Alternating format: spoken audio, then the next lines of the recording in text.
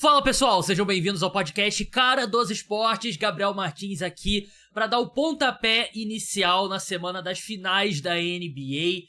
Quinta-feira vai ter o jogo 1 entre Boston Celtics e Dallas Mavericks.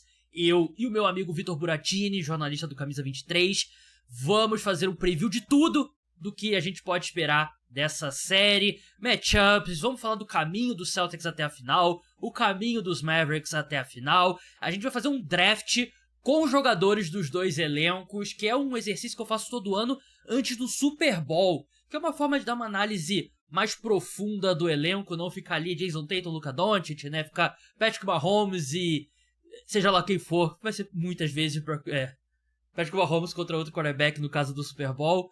Mas muito obrigado a todo mundo que está escutando o podcast. Entre os 10 mais escutados de esportes no Brasil, número 1 de NBA no Spotify. Tem sido um apoio fantástico que vocês têm dado ao programa.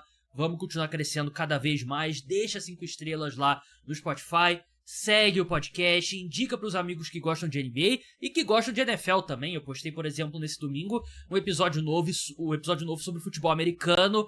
Eu e o Caio Miari elegemos os 10 melhores jogadores na NFL com 25 anos ou menos. Foi um exercício bem legal. Mas vamos entrar nas finais da NBA. Se você estiver assistindo no YouTube, os números no YouTube cresceram muito também. Muito obrigado. Se inscreve, deixa like, deixa comentário. Aquela coisa toda. Buras, seja bem-vindo mais uma vez ao programa. Faz o quê? 45 dias que o Dallas Mavericks fechou a final contra o Minnesota Timberwolves ou são 2 meses já? Acho que completou 2 meses, né? Muito tempo. Bizarro, né, pra quem é fã de NBA aí, que a gente não tem esses respiros, né, ao longo da temporada regular, então fica muito bizarro. Ficou parecido, a gente tava conversando antes de entrar no ar, né, ficou parecido justamente com a NFL, né, porque você tem jogo toda semana e aí o Super Bowl pula uma semana, né, tem um Pro Bowl no final de semana do meio, que ninguém liga pro Pro Bowl, mas ficou parecido um pouco, né, porque a liga, ela quis manter as datas certas, né, para o pessoal poder se programar. Não contava que as duas finais de conferência iam terminar mais cedo. Vamos falar do caminho dos times, porque eu acho que antes da gente entrar no confronto, eu acho que vale a pena a gente relembrar como que os times chegaram.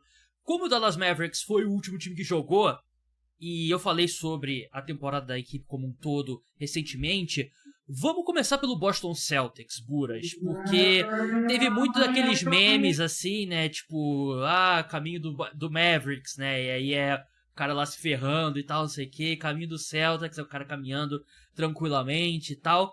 É um fato que a equipe teve um caminho mais fácil nos playoffs, mas assim, na temporada regular, eles enfrentaram todos os times que todo mundo enfrenta.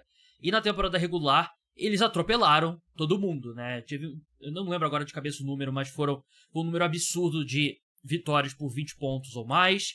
64-18. É um de 9 times, se eu não me engano, que chega nas finais da NBA com menos de 20 derrotas na temporada e 8, somando playoffs, temporada regular, e 8 desses 9 foram campeões. O único que não foi campeão foi o Golden State Warriors de 2016. Era um time que entrou na temporada com muita expectativa por conta dos reforços, né? Que a gente conversou até no último podcast, né? A troca pelo Jrue Holiday, a troca pelo Porzingis. E eu diria que não só correspondeu, mas excedeu as expectativas. Não, sem dúvida. Boston aí, 64 vitórias, 18 derrotas, melhor campanha da temporada regular por uma boa margem.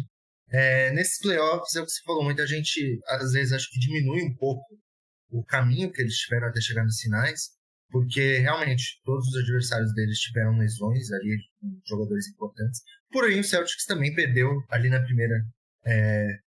primeira série um jogador que era importante, que é o Kristaps Porzingis. Tudo bem, talvez ele não tenha a mesma relevância que os jogadores que as outras equipes perderam, mas era um jogador do quinteto titular, que vinha jogando muito bem, vinha sendo uma boa opção ofensiva, bem confiável na linha de 3 pontos, mas o Celtics acabou detonando todo mundo que eles enfrentaram, não teve grande dificuldade contra nenhum adversário. Primeira rodada contra o Miami Heat foi 4-1, depois contra o Cavs também 4-1, e agora uma varrida contra o Pacers 4-0. Interessante que eles não perderam nenhum jogo fora de casa até agora nos playoffs. Acho que as 2 partidas que eles perderam foram em casa, se não me engano. Então, mostra que é um time que está sabendo também enfrentar essa pressão aí fora de casa. Tá com todo o seu elenco, assim, todo o elenco está em boa fase, né? Jason Tatum, Jaylen Brown, Drew Holiday, Derek White, todo mundo jogando muito bem, todos tendo destaque em algum jogo, pelo menos nesses playoffs, todos eles, cada um deles definiu pelo menos aí uma partida desses playoffs. Então, a equipe mais dominante dessa pós-temporada até o momento, sem dúvida nenhuma, e não existe nenhum demérito neles terem ganhado dos adversários por conta de que adversários tiveram lesões ou coisa do tipo. Isso é coisa do esporte e, enfim. Assim, a gente já falou muito sobre isso, né? O Celtics enfrenta os times que estão na frente deles, né? Eles não podem fazer nada se o Jimmy Butler se machucou, se o Donovan Mitchell e o Jared Allen se machucou na outra série, e se o Tyrese Haliburton se machucou na final de conferência, né? Como você falou, é do esporte, muitas vezes você tem um caminho mais fácil, e contra o Dallas Mavericks vai ser um adversário mais testado, né? Tem sempre aquela discussão no esporte, né? Ferrugem versus descanso, né? Quando você tem uma pausa grande entre fases de playoffs e tal. Pro Celtics eu acho extremamente benéfica, porque tem toda a questão do Porzingis. Ele treinou normalmente nesse final de semana, que é um ponto muito positivo para a equipe, porque mesmo o Celtics passando com alguma tranquilidade pelos playoffs, eu senti que a equipe sentia muita falta da proteção de aro dele, porque o Al Horford é muitas coisas, jogou muito acima do esperado para um cara de 38 anos, mas ele não é um protetor de aro. E ter esse cara, a gente viu, por exemplo, o que o Derek Lively e o Daniel Gafford fizeram contra o defensor do ano, o Rudy Gobert, né? E não ter o Porzingis, eu acho que seria gigantesco. Poderia ser a diferença entre um título ou não, imagino. Eu acho que os Celtics poderiam vencer mesmo sem o Porzingis, mas eu acho que ele pode ser esse tipo de cara que desequilibra pelo que ele faz como protetor de aro, o que ele faz de costas para cesta e o que ele faz esticando a quadra, né? Fazendo os pivôs do Mavericks terem que cobrir a quadra toda. Então, pro lado do Boston Celtics, e acho pro Mavericks também, porque tinha toda a questão do Luka tava meio baleado em determinado momento, mas acho que essa pausa pro Celtics foi gigantesca. Significa que a equipe vai ter o Porzingis no jogo 1. Não, eu acho que essas pausas, assim, na minha visão, eu não entendo eu não entendo muito bem esse lado da ferrugem, coisa do tipo. Os caras, eles são atletas aí, estão há 6, 7 meses aí se preparando dia após dia. Não vai ser essa uma semana, esses 10 dias aí, que entre um jogo e o outro, que vai fazer com que eles tenham uma regressão grande, ou coisa do tipo, né? Até porque eu imagino que eles devem ter tido dias de descanso, alguns, mas no fim eles devem estar, a maioria fez treino, coisa do tipo. Porque é o que a gente falou, durante a temporada regular você não tem essas pausas. Aqueles treinos durante o dia, muito pouco treino. Então acho que eles devem ter aproveitado bem essa parte agora, né? E justamente essa parte física aí do Porzingis mesmo, se recuperar. Se o Celtics conseguiu ser dominante sem ele, com ele que, era em muitos momentos terceira opção ofensiva, quarta até, em alguns momentos, vai ser, assim, a chance da equipe ter uma grande melhora é ainda maior. Sobretudo contra um garrafão bem bom, que a gente sabe que o Mavericks tem peças interessantes no garrafão, tem o Gafford, o Lively. Eu acho que a equipe sofreu um pouco o Celtics contra o Miles Turner em alguns momentos, que eu achei que ele teve uma boa série, no geral. Então acho que vai ser uma adição importante. Verdade. Vamos passar pro lado do Dallas Mavericks. Eles tiveram um caminho mais difícil. Tiveram sorte também com a lesão do Kawhi na série contra o Clippers, né? Não que eles não pudessem passar. Até teve aquela coisa que eles ganharam do Clippers com o Kawhi e depois perderam pro Clippers sem o Kawhi, né? Mas tiveram uma série muito dura na semifinal de conferência contra o Oklahoma City Thunder. E venceram com autoridade o Minnesota Timberwolves, né? Não foi... não teve... Sim, os jogos foram difíceis, eles perderam o jogo e tal, mas aquela série ali, eu diria que é muito... O que fez a série desequilibrar a favor do Dallas Mavericks... Tudo bem, o Timberwolves sentiu a série de 7 jogos contra o Denver Nuggets.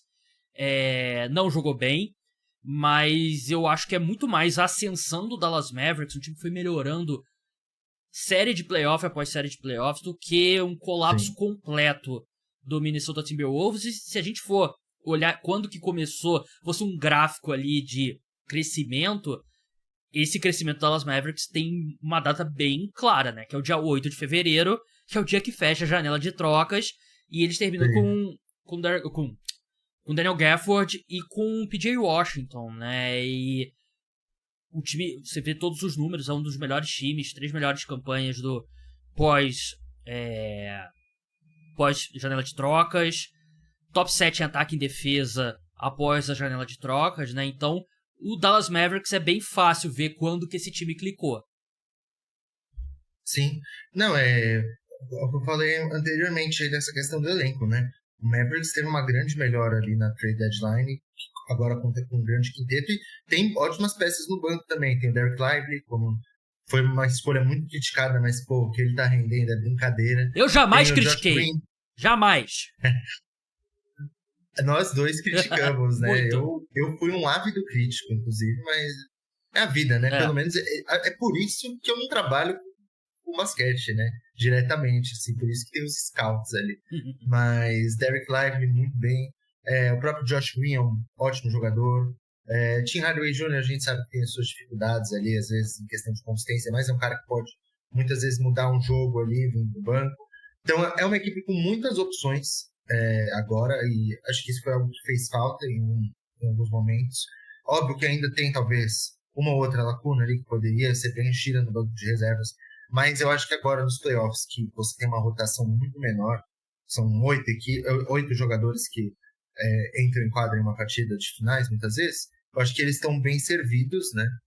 E teve essa grande melhora, como você falou, aí ao longo, depois do trade deadline, e nos playoffs foi aquela coisa, né? Também teve uma equipe ali no início que eles enfrentaram que teve uma lesão, que foi o Clippers, mas eu não acho que seja justificável. Acho que o Mavericks teve sim um desempenho muito bom. Acho que até mesmo se o Kawhi jogasse, eles teriam avançado. Contra o Thunder foi uma boa série, eles conseguiram ter uma boa série mesmo com alguns momentos o Luka não jogando tão bem, né? O PJ Washington assumiu ali o protagonismo em 2 partidas. No último jogo ele também, apesar de no jogo que fechou a série ele não foi tão bem, mas acabou sendo decisivo nos lances finais. Então você vê que agora a equipe tem às vezes um cara que pode ajudar dando a vitória mesmo numa noite sem a estrela principal também. Contra o Mavericks foi um show, né? Aliás, contra o Wolves foi um show do Mavericks. Ninguém esperava que fosse um 4-1. Foi muito dominante a equipe. Luka foi um espetáculo. Finalmente a gente está vendo ele no nível que a gente sempre espera ele, né? Porque no restante dos playoffs não estava tão bem, justamente por conta daquela questão física. Então acho que chega no melhor momento possível aí. Sim, é uma parte importante, né? Você chegar no ápice, né? E a gente falou do Clippers, né? É um time que teve um ápice muito cedo na temporada, né? Tinha um momento que parecia que o Clippers ia pra final da NBA, né? E não conseguiu. Exato. E não conseguiu manter. Eu sinto que esse time do Dallas Mavericks, ele meio que exemplifica o segredo, na minha opinião, um dos segredos, né? Um dos segredos pra você ser campeão na NBA é você ter esses caras ali que chegam a salário mínimo de veterano e tal, contrato de 1 ano, e se encaixam e jogam bem. E no caso do Dallas Mavericks, o único cara que de fato tá jogando nesse... Tem outros caras assim, mas tem o Derrick Jones e o PJ Washington. PJ Washington, claro, não é um cara de salário mínimo, é um cara que eles investiram bastante, mas são 2 role players, jogadores ali auxiliares, que estão jogando no nível muito mais alto do que a gente esperaria, né? E o próprio Derek Lively também, apesar de ser um cara ainda num contrato de calor, não sei se encaixa tão bem. Mas o cara, eu até fico surpreso com a idade do Derrick Jones, ele tem 26 anos, se eu não me engano, porque a gente já ouve falar dele há muito tempo. E ele nunca jogou nem perto do que ele tá jogando com o Dallas Mavericks, né? E nos 2 lados da quadra. E você olha pra história dos times que vão longe nas finais da NBA, parece que o segredo é encontrar esses caras mesmo, né? Esses caras que passam por um monte de time, assinam um contrato de 1 ano, chega sem muita expectativa e aí vira um Derrick Jones Jr., né? Ou o próprio P.J. Washington, ou o próprio, sei lá, o Josh Green, Derek Lively, que a gente não esperava que ia contribuir tão cedo. E você olha, por exemplo, o Miami Heat que chegou na final da NBA. Quem que esperava que o Caleb Martin ia ser o segundo melhor jogador em alguns momentos da equipe, né? Ou o Max Strus, ou o Gabe Vincent. E a sensação que dá é que cada ano na NBA tem um time que chega na final graças a esses caras, né? Porque o próprio Denver Nuggets tinha o Bruce Brown, que era um cara barato, que passou por Nets, passou por Pistons e tal. E depois esses caras assinam contratos bem mais caros e você tem que manter essa roda girando, né? Encontrando esses caras. O Denver Nuggets não conseguiu manter o Bruce Brown e ele fez uma diferença, fez uma falta clara para a equipe, né? Então eu acho curioso como, assim, é uma liga das estrelas, a NBA, né? As estrelas mais famosas dos esportes dos Estados Unidos, mesmo o basquete ficando muito abaixo do futebol americano nos Estados Unidos. O jogador, assim, a estrela média na NBA é mais famosa que a estrela média na NFL. Mas a sensação que dá é que sempre é o time que consegue encontrar mais esses caras ali na periferia do elenco, né? Nas partes mais baixas, que consegue ir longe. Não, o Derrick Jones Jr. aí teve passagem por várias equipes, né? Desde que ele chegou na NBA, ele foi undrafted, né? Então ele passou por Suns, Heat, Bulls, Blazers, e ele nunca conseguiu ter a consistência que ele vem tendo aí nesse Dallas Mavericks, né? São os melhores números da carreira dele, ele tem 27 anos, acabei de ver aqui. E ele tá sendo fundamental, sim. Tá sendo uma das... É o que a gente falou, né? Esse Dallas Mavericks, todo mundo tá tendo uma importância, assim como no Boston Celtics. Se tu me falasse que o Derrick Jones tem 32 anos, eu teria acreditado. Não, exatamente, porque parece que ele tá muito mais tempo na NBA, sobretudo por ser um cara undrafted, né? Sim. Muitas vezes esses caras undrafted, às vezes eles chegam ali com 24, 23 Sim. anos, ele chegou muito jovem, tipo o Naz Reid também. Então, assim, todos os 5 jogadores do Mavericks do titular tiveram importância em algum momento, uma importância fundamental para uma vitória da equipe. Derrick Jones Jr. não foi diferente. Ele tá entregando uma defesa muito, muito boa. Talvez seja aí, assim, tirando... Acho que existe... Ele provavelmente deve ser o melhor defensor, tirando ali talvez do Daniel Gafford, do quinteto titular do Mavericks, não? Ele é mais importante, né? Porque ele marcou o Shea contra o Oklahoma City Thunder. Sim. E marcou o Anthony Edwards, né? Contra o Minnesota Timberwolves. E fez um trabalho muito bom. Eu nunca esperaria um nível desse altíssimo dele, assim. Não, ele é um defensor mais versátil, né? Do que o Derrick Jones Jr. Ele consegue marcar ali os jogadores das posições, acho que 1 a 4. Então... Aliás, do que o Daniel Gafford. Então... Ele tá tendo uma importância absurda. Sim, verdade. Acho que é meio que o ingrediente secreto, né? Pra você chegar numa final de NBA. Falando em elencos, Buras, um exercício que eu gosto de fazer é uma forma da gente comparar os times. A gente vai fazer um draft aqui com os jogadores dos 2 times, Boston Celtics, Dallas Mavericks, como se a gente estivesse tirando o time aqui para uma pelada. Você é o convidado, você vai ter a primeira escolha. O objetivo aqui é montar a melhor equipe possível para esse momento, para esses próximos 15 dias, 20 dias, o que seja. Mas, Buras, quem que você seleciona com essa primeira escolha? Cara, acho que seria unânime. Luka Doncic, né? Existem muito bons jogadores nessa série, mas nenhum tão desequilibrante quanto ele. Esse aqui era mais óbvio, assim como é óbvia a segunda escolha. Eu vou de Jason Tatum, que às vezes eu sou culpado de pegar no pé do Tatum também, mas porque a gente vê um potencial muito grande nele.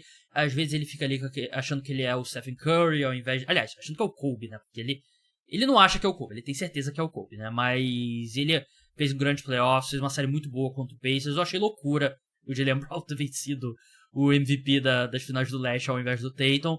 Mas ele claramente é o segundo melhor jogador. Agora, pra ser bem sincero, eu tô curioso pra ver quantos jogadores do Celtics saem assim, tipo, nas próximas 5 escolhas, né? Porque acho que é a diferença desses elencos, né? A profundidade do Celtics. Mas quem que é a sua segunda escolha? Imagino que seja óbvia também. Putz, eu não sei, agora eu tô com medo. Eu vou no Jaylen Brown, assim, é o que eu não pensei. sei se é tão óbvio. Ah, tá, opa. Achei que você ia falar que eu ia pegar o Irving, mas não, Jaylen Brown. pode jogar ali nas posições 2, 3, ótimo defensor também, tá fazendo uma série de playoffs, os playoffs em geral muito bons. Talvez ele não merecesse mesmo o prêmio de MVP das finais do leste ali, né? Mas ele foi muito consistente também. Ele é um cara que é muito criticado, né? Foi muito criticado no ano passado, mas tá rendendo bastante aí. Talvez não seja para ser o cara mais bem pago da história da NBA, claro, mas tá jogando muito bem. Verdade. Cara, aqui tem que ser o Kyrie Irving. Não tem outro jeito. Mas assim, a gente tá encantado pelo que o Kyrie tem feito. E com razão, né? A forma como ele retomou a carreira dele, né? Depois de tanta polêmica e tal. É muito legal. Mas eu não acho que tem uma diferença tão grande pros próximos... vamos dizer, os outros dois guards do Celtics, né? O Jrue Holiday e o Derek White, né? Porque o Kyrie, eu acho que ele evoluiu muito como defensor. Não é do nível do Derek White e do Jrue Holiday. E esses dois têm capacidade também para fazer um grande desempenho ofensivo, né? Não consistentemente como o Kyrie. Mas aqui eu vou de Kyrie porque ele é o que o Luka nunca teve na NBA, né? Que era pro Porzingis ser e não conseguiu ser por vários motivos. Talvez, eu acho que parte do fracasso do Porzingis no Dallas Mavericks também tem muito a ver com o Luka não tava ainda no momento certo, talvez, né? Sim. Acho que parte da melhora desse time é justamente o Luka entender que não dá pra ele fazer tudo e acho que ele respeita o suficiente o Kyrie, tudo que o Kyrie já fez pra passar ali o bastão em determinados momentos do jogo pro Kyrie e deu muito certo. Mas enfim, minha segunda escolha é Kyrie Irving. Buras, sua terceira escolha. Cara, não sei se essa é polêmica ou não, mas eu vou de Derek White. Claro, o Jrue Holiday tem talvez mais como posso falar, o nome, né? Realmente a carreira do Jrue Holiday é melhor. Mas Derek White, eu acho que ele tá fazendo playoffs melhores, acho que a fase dele assim, não é como se o Derek White tivesse 10 e o Jrue Holiday tivesse 7. É que o Derek White pra mim tá, sei lá, 10 e o Jrue Holiday tá no 9,5. Então, Derek White tá defendendo muito bem, né? Que é o que a gente sabe que ele já fazia, e tá sendo muito consistente no perímetro, né? Foi ali decisivo em vários momentos pro Celtics. Então, vou dele pra ser dupla de backcourt com o Luka. Justo. Eu acho que dá pra fazer um argumento bem justo hoje em dia que entre os dois, quem é o melhor jogador é o Derek White, né? Acho que o Jrue Holiday tem experiência, obviamente, né? Mas o Derek White é um grande jogador, mas eu vou de Jrue Holiday. Fez uma série muito boa contra o Pacers. Eu acho que ele tá fazendo playoffs melhores do que do Derek White. O Derek White teve uma temporada regular melhor. Foi um dos melhores arremessadores de 3 da NBA, inclusive. Mas eu vou de Jrue Holiday pela versatilidade dele. Eu acho que eu confio um pouco mais no Jrue Holiday marcando caras maiores do que o Derek White. Apesar do Derek White ser disparado o guard com mais tocos, né, por jogo, que é um negócio muito bizarro. Ele tem um timing muito forte. Bura, sua quarta escolha. A gente vai ter 7 escolhas, tá? 7 por time? Isso. Um time que tá titular e 2 caras vindo do banco. Beleza, eu vou de Porzingis. Tá, assim, saudável, né? Saudável, acho que ele seria aí o nome perfeito, né? É um risco. Protege bem o aro, tem a versatilidade ofensiva, então vou nele. Cara, agora eu acho que é o momento que dá uma queda. Eu acho que é o momento... agora... porque eu preciso de mais um big, mais um pivô. Cara, por mais que eu goste muito do que o Derek Lively tem feito, o próprio Daniel Gafford também, eu tenho que ir com o Al Horford ainda, porque o que ele tá fazendo com 38 anos é um absurdo e eu acho que eu fico um pouco chocado com quão envolvido ele é em tudo, né? Na série contra o Pacers, parecia que ele sempre tava tocando a bola no ataque e sempre tava marcando o cara com a bola, mas ele teve jogos muito bons arremessando de 3, ele é um cara que, mesmo o tamanho e a idade dele, ele ainda segura muito bem as pontas contra oponentes menores ali em trocas e tal. Então eu vou de Al Horford aqui ao invés da juventude do Lively e do Gafford, porque eu também sinto que cada série de playoff que você passa, eu acho que a experiência conta um pouco mais, né? E o Al Horford, ele é literalmente um dos jogadores com mais partidas de playoffs que nunca conquistou um título. Não, é justíssima. Eu vou agora com a Juventude, vou com o Gafford, né? Eu sou um grande fã do Gafford, desde os tempos ali de Washington Wizards, quando ele chegou lá, que foi na temporada que o Westbrook jogava lá. Gosto muito dele, acho um jogador muito consistente, a gente sabe que ele vai entregar, e ele sempre entrega o que a gente espera. Então, gosto muito, vou com ele pra completar meu quinteto. Cara, eu não sei se... Eu vou roubar um pouquinho.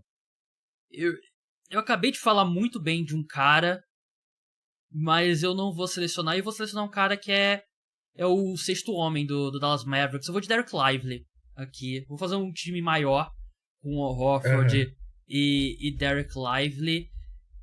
Eu só acho que o Derek Lively tem feito realmente é um absurdo. Proteção de aro. E uma coisa que eu não esperava dele é quão bem ele passa a bola, né? Ele... Sim. Naquela situação de short roll, né? Que ele faz o bloqueio do pick and roll, recebe a bola de volta e ele não só tem a opção de atacar a cesta, né? Ele consegue encontrar outros jogadores e manter a bola rodando.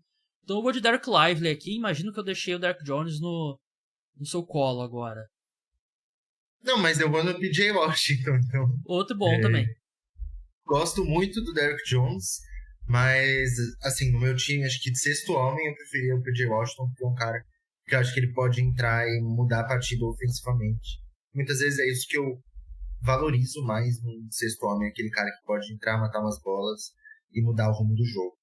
Então, ótimo pra mim. Eu vou de Derek Jones aqui, meu sexto jogador, né? Ele vai entrar, vai tentar entrar na mente do Luka, né? Nos minutos que ele estiver em quadra. Ou, de repente, ele começa jogando, o Derek Lively vai pro banco. Eu só achei que você iria pegar o Lively, então... Quer dizer, se bem que pro banco, né? Você já tem 2 bigs também. Precisava encaixar a altura do seu elenco. Última escolha, Buras. Minha última escolha eu vou de Peyton Pritchard. Eu ia com ele, eu achei que você não ia pegar. Gosto muito dele. Acho que ele tá numa fase muito melhor do que o Tim Hardaway Jr., né? Uhum. Acho que são os dois... o Tim Hardaway saiu da rotação, né? Então, ele jogou acho que só 10 dos jogos, né? Que o Mavericks jogou até agora, né? De playoffs. Então, assim, vou aí com ele pra ser o reserva da minha dupla de backcourt. Cara, eu ia te contar antes da gente entrar no ar, mas eu acabei esquecendo. Eu sonhei essa noite de sábado pra domingo. Eu tenho uns sonhos muito aleatórios, completamente aleatórios. Eu sonhei que o Neemias Queta, pivô do Boston Celtics, entrou no jogo 1 e teve mais de 20 pontos e foi tipo a diferença. Vocês verem quanto que a minha cabeça tá na NBA, tô sonhando com esse tipo de coisa. Mas assim, eu sonhei que o Neemias Queta entrou e foi a diferença. Não vou escolher ele, mas... Nossa, eu até tinha esquecido que ele tava no Celtics. Exatamente. Eu sinto que eu tenho que apostar, né, nos overs dele, né? Pelo menos R$1 aí. Assim, aí se ele fizer, talvez você seja investigado, né? Verdade. Por aposta. Verdade, mas eu tive esse sonho, cara. Outro dia eu tive um sonho. Eu sonho muito com esportes, né? Eu sonhei que eu era amigo do Jokic e a gente encontrou o Roberto Dinamite na rua e ele quis tirar uma foto porque ele era fã do Roberto Dinamite. Só que o Roberto Dinamite já morreu, né? Morreu, felizmente. Foi no início do ano, né? Acho que ele teve ano passado, final do ano passado, enfim. Acho que foi ano passado. Mas assim, eu tô pro Flamengo, por que eu sonhei com Dinamite, né, cara? É minha cabeça totalmente desregulada. Mas eu não vou com nenhum desses caras, eu vou com o Josh Green aqui. Eu achei que você não ia pegar o Peyton Pritchard, eu gosto muito do Peyton Pritchard também. Mas o Josh Green, eu fiquei entre ele e o Jaylen Hardy, mas o que o Josh Green faz defensivamente, eu acho que é até subestimado, né? E eu acho que é um cara que vai ser importante nessa série, né? Eu imagino que ele vai entrar e vai ter minutos marcando Tatum, marcando Brown, às vezes marcando um dos 2 guards, porque ele tem jogado em alto nível, né? Acho que se ele conseguir uma consistência arremessando de 3, eu acho que ele pode ser um 3&D muito real na NBA. Sim. Mas eu gosto muito dele. Não, eu também gosto bastante dele. Tá tendo assim, ele tá tendo poucos minutos, né, naturalmente, porque como a gente falou, tá sendo menor, mas sempre tá vindo bem aí do banco. Verdade. Vamos falar de matchups agora, né? Não só tirando o time, né? Mas encaixes e tudo mais. Tem que começar pelo Luka, né? O que o Boston Celtics vai fazer contra o Luka Doncic. Temporada regular nem sempre é um indicativo real do que vai acontecer nos playoffs, né? Mas a história do confronto entre esses dois times é que o Jaylen Brown vai ter a missão inicial, né? Imagino que ele vai começar, mas imagino que a gente vai ver o Tatum tendo muitas posses também no Doncic. Imagino que a gente vai ver o Jrue Holiday também. O Derrick White eu acho que não. Porque o Jrue Holiday, a gente vê muitas vezes ele marcando jogador da posição 4, né? Ele é um cara que marca muito bem jogadores maiores, né? E ninguém vai parar o Luka. Mas acho que o Jaylen Brown, por ter basicamente a mesma altura que o Luka, acho que ele é um pouquinho mais baixo, e ser muito forte, ele é um dos caras que tem a maior chance de conseguir fazer o Luka trabalhar. De conseguir fazer o Luka trabalhar, né? Porque não sei se você lembra, Buras, um dos caras que marcava muito bem o Luka, e eu tô falando no passado, porque pra mim é um ex-jogador, era o Ben Simmons. Porque ele tinha altura, tinha força, mas enfim, eu acho que a gente vai ver o Jaylen Brown marcando o Luka logo de cara, mas imagino que a gente vai ver... Você não marca o Luka só botando um cara, né? Vai ser todo um comitê. Mas eu acho que o Jaylen Brown vai ser o marcador primário, você concorda? Não, concordo. Acho que o Jaylen Brown talvez vai ser provavelmente quem mais vai estar em cima dele aí, né? Mas a gente sabe que, como a gente falou, o quinteto do Boston Celtics é completo defensivamente aí. Acho que no fim, só talvez o Porzingis não vá marcar ele em nenhum momento ali. O Tatum é um defensor muito subestimado, na minha visão. Eu gosto bastante dele no estado da quadra. Então acho que ele também pode, em muitos momentos, ter essa função, sim. Jrue Holiday e Derrick White, acho que em menos momentos, porque uma questão de tamanho em si, mas eles também são capazes de em algumas determinadas posses, estarem em cima do Luka. Mas concordo com você quanto o Jaylen Brown. E um matchup interessante, porque acho que na teoria você gostaria de ter o Porzingis ali, mas naquele drop, né? Que quando você tem o pick and roll, ele fica um pouco mais perto da cesta, para os caras que estiverem atacando ali, ele poder fechar o garrafão, né? Ele é um excelente protetor de aro, mas a gente viu que o Timberwolves tentou fazer isso com o Gobert e foi um desastre. Primeiro porque o Mavericks cada vez mais estava começando o pick and roll mais perto do meio da quadra, né? Então você tirava muitos caras dali. E você não pode ficar em drop, porque aí você dá um oceano pro Luka. E mesmo se você pressiona o Luka, ele tem uma visão incrível pra mim. Jokic 1, Luka 2, os caras com melhor visão de quadra na NBA. E acho que é um dilema bem grande, né? Porque você não quer o Luka toda hora trocando pro Porzingis, né? E acho que é um problema pro Dallas Mavericks. Imagino, Buras, que por ser um time tão forte defensivamente, tão jogadores velozes fora o Porzingis, imagino que quando o Luka chamar o pick and roll, que vai acontecer o jogo todo basicamente, quem é que seja o outro defensor, na maioria das vezes vai ser o Porzingis, eu acho que eles vão dobrar no Luka e vão tentar se recuperar vão trocar ali, vão trocando e vão tentar se recuperar, porque se você não pode confiar em ninguém numa ilha contra o Luka, e ao mesmo tempo você não pode manter o Porzingis em drop. Então eu acho que é um grande dilema que, sinceramente, eu não sei se tem resposta. Eu acho que é meio que aquela coisa do cobertor curto. Não, eu não acho que, assim, tenha um jeito de parar o Luka. Acho que o negócio é só você tentar diminuir o número de arremessos, o volume de arremessos dele, justamente essa questão que você falou de dobrar, ter que fazer ele passar para algum companheiro, porque se ele ficar ali com o volume, você sabe que ele vai entregar. Verdade, né? E eles podem fazer algumas coisas assim, o Mavericks pode, o Celtics pode, de repente, mexer ali um pouco nos matchups, né? O Zach Lowe tava falando sobre isso no podcast dele, né? De repente, você coloca o Tatum num dos bigs, pra se você chamar o pick and roll, aí você tá trazendo o Tatum pra perto do Luka, né? E é o que você falou, o Tatum é um excelente defensor, né?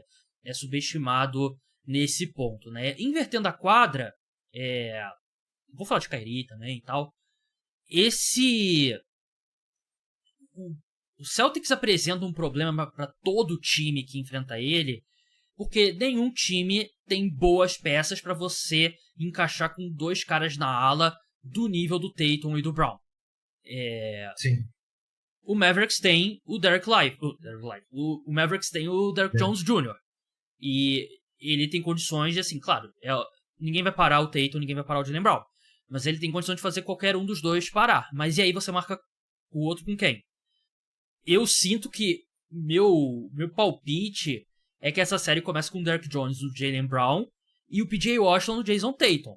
Eu só tenho medo desse, assim, eu gosto do PJ Washington, mas eu tenho um pouco de medo se ele vai ter a capacidade de ficar na frente do Tatum.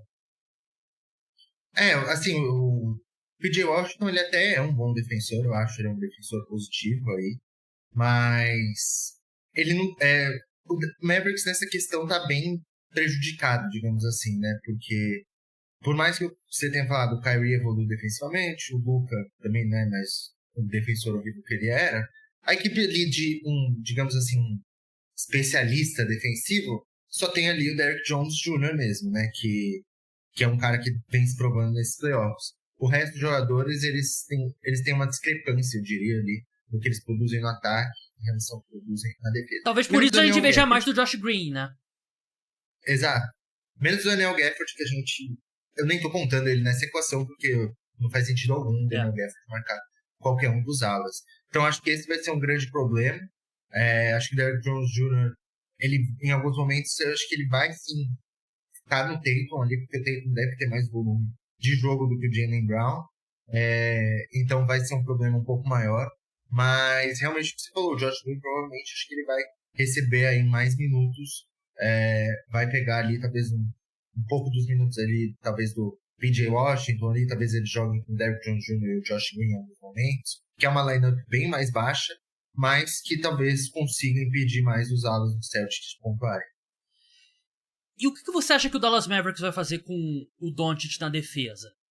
Porque o Celtics você não tem em quem esconder. Tudo bem, quando o Al Horford estiver em quadra, de repente você pode botar o Luka nele. Porque o Luka tem força, né? Ele é bem grande e tal. Mas com o quinteto base do Celtics, que a gente imagina, né? Derek White, Jrue Holiday, Brown, Tatum e Porzingis, todos esses caras têm condições de criar o próprio arremesso, né? A gente viu... O Luka, eu achei que ele fez uma série muito boa defensivamente contra o Minnesota Timberwolves, né? E ele primariamente marcava o Jaden McDaniels. O Jaden McDaniels começou a matar umas bolas de 3, ele teve que respeitar mais, a gente viu ele se esforçando mais. Só que é outra coisa completamente diferente, porque ele vai ter que marcar ou Derek White, ou Jrue Holiday, ou Tatum, ou Brown. Imagino que eles colocariam o Doncic no Jrue Holiday, porque eu acho que o dos 4 é o que, sei lá, menos preocupa do perímetro. Sim. Mas ainda assim, eu acho que parte grande do plano do Celtics vai ser colocar o Luka em todas as ações ofensivas e tentar desgastar ele. Eu tava pensando justamente no Jrue Holiday mesmo, né? Que é o que, pra mim, desse titular representa menos preocupação ofensivamente, né? O que não quer dizer que Sim. não seja uma preocupação. É que você tem que saber quais batalhas você vai comprar, né? Sim. Então, assim, Jaylen Brown, Jason Tatum, não dá. É impossível o Luka ficar em cima deles, né? Porzingis, acho que por conta de uma diferença aí de tamanho também, não dá. Uhum. Fica mesmo o Derek White ou o Jrue Holiday. E o Jrue Holiday a gente sabe que ele tem menos volume de jogo, então acho que seria quem faria mais sentido. E o Derek White é bem mais rápido também, né? Acho que seria um problema. E o Kyrie provavelmente vai ter que marcar o Derek White, né? Então Sim. A gente vai ter que colocar à prova aí essa questão, essa evolução defensiva do Kyrie Irving. E imagino que é um dos matchups que deve ser o mais constante, né? Acho que nos dois lados da quadra, porque o Derek White deve marcar o Kyrie também, né? E eu acho que, no papel, pelo menos, o Derek White é meio que um dos caras perfeitos que você possa pensar ali pra marcar o Kyrie, né? Porque ele se sai muito bem contra esses guardas menores. A questão é que o Kyrie tem que chegar naquele nível consistentemente que, não importa o que você faz com o Kyrie, que ele vai chegar na sexta. Ele vai matar a bola. Exatamente. Não, esse vai ser pra mim, é o que mais, eu concordo com você que vai ser o que mais vai acontecer. É uma questão até de tamanho ali, os dois são mais iguais, questão de posição. Não sei, sincero, quem vai levar a melhor nessa, porque justamente tem essa questão do Kyrie, né? A gente sabe que ele é um dos jogadores mais habilidosos da história, que, pô, ele pode mudar um jogo sozinho. Derek White é um cara que a gente viu, ele consegue também, tá conseguindo parar todo mundo que ele quer ali, sobretudo no perímetro. Então acho que vai ser um confronto muito interessante. Por último, a gente viu o Dallas Mavericks fazer algo que a gente não esperava, que foi dominar o garrafão contra o... A gente vai dar palpite também para as finais, tá? Mas eles dominaram o garrafão contra o Minnesota Timberwolves, que todo mundo achava que era o garrafão mais forte da NBA, né? Em termos de tamanho, você tinha um trio muito forte com Gobert, Towns e Naz Reid. E o Dallas Mavericks com o Derek Lively, com o Daniel Gafford, dominou. E jogando 4 abertos, né? Porque o PJ Washington, ele não entrava muito no garrafão, né? Ele era mais o cara ali de espaçamento.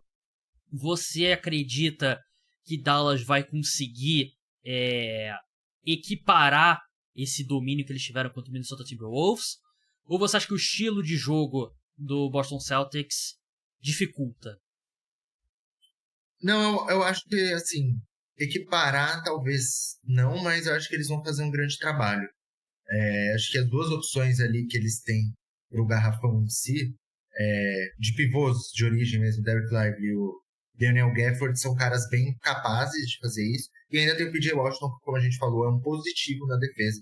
Não é um grande defensor, mas ele não compromete ali.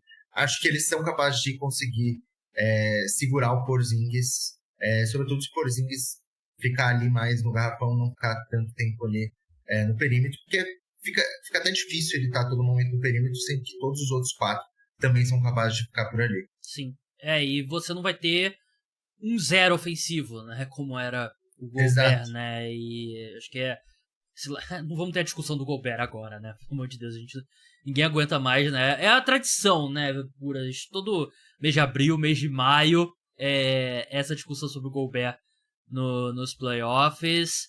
Buras, hora de sair de cima do muro. Qual o seu palpite para as finais da NBA? Cara, meu palpite é Celtics em 6. Acho que é a equipe mais preparada, é a equipe mais coesa, que chega em um momento, assim, os dois estão num grande momento, mas o Celtics chega um pouquinho melhor ali pelo que fez ao longo de toda a temporada. Acho o técnico do Celtics melhor também, o John Mazzulla, melhor do que quem diria, hein? Jason Kidd. Pois é. Então, Celtics em 6 pra mim. Cara, eu gostaria de discordar, porque eu acho que seria um podcast melhor, mas o meu palpite também é Boston Celtics em 6. Parabéns, torcedor do Dallas Mavericks agora, né? Teve torcedores do Dallas... campeão em 4 jogos. Vai varrer o Celtics. Teve torcedor do Mavericks falando, né, que eu apostei contra o Mavericks todas as rodadas, o que... Cara, se eu não me engano é mentira. Se eu não me engano eu apostei no Mavericks contra o Clippers, né? Mas eu apostei no Thunder e apostei no Minnesota Timberwolves também. E agora apostei no Boston Celtics. E eu sinto que é o momento do Boston Celtics, né? É o time que já passou, E a gente olha pra história da NBA, não são tantos os times que chegam do nada e são campeões, assim, na primeira tentativa, né? Normalmente você tem que ir batendo na trave. E eu sinto que os Celtics já pagaram ali os pecados, né? Já perderam uma final que, se você olha pra trás em termos de talento, eles deveriam ter vencido. Que era do Golden State Warriors, caíram em finais de conferência e tal. Então, eu sinto que a vez do Boston Celtics é um time mais profundo também, né? O Mavericks tem menos opções ofensivas do que... Apesar de ter 2 excepcionais, né? Mas tem menos opções no geral. Então a gente concorda. Boston Celtics em 6 jogos. O podcast Cara dos Esportes volta na quarta-feira, dia 5 de junho. E vai ter episódio pós todos os jogos das finais da NBA. Vai ter na madrugada de quinta para sexta, de domingo para segunda. E assim sucessivamente. Buras, muito obrigado pela sua participação. Leiam as matérias deles, os posts dele lá no Camisa 23. É isso. Muito obrigado aí, galera. Tamo junto. Então é isso, pessoal. Podcast Caras do Esporte. Não deixe de escutar o programa de NFL. Deixa 5 estrelas lá no Spotify. Deixa like, se inscreve no YouTube. Um grande abraço a todos. Tchau!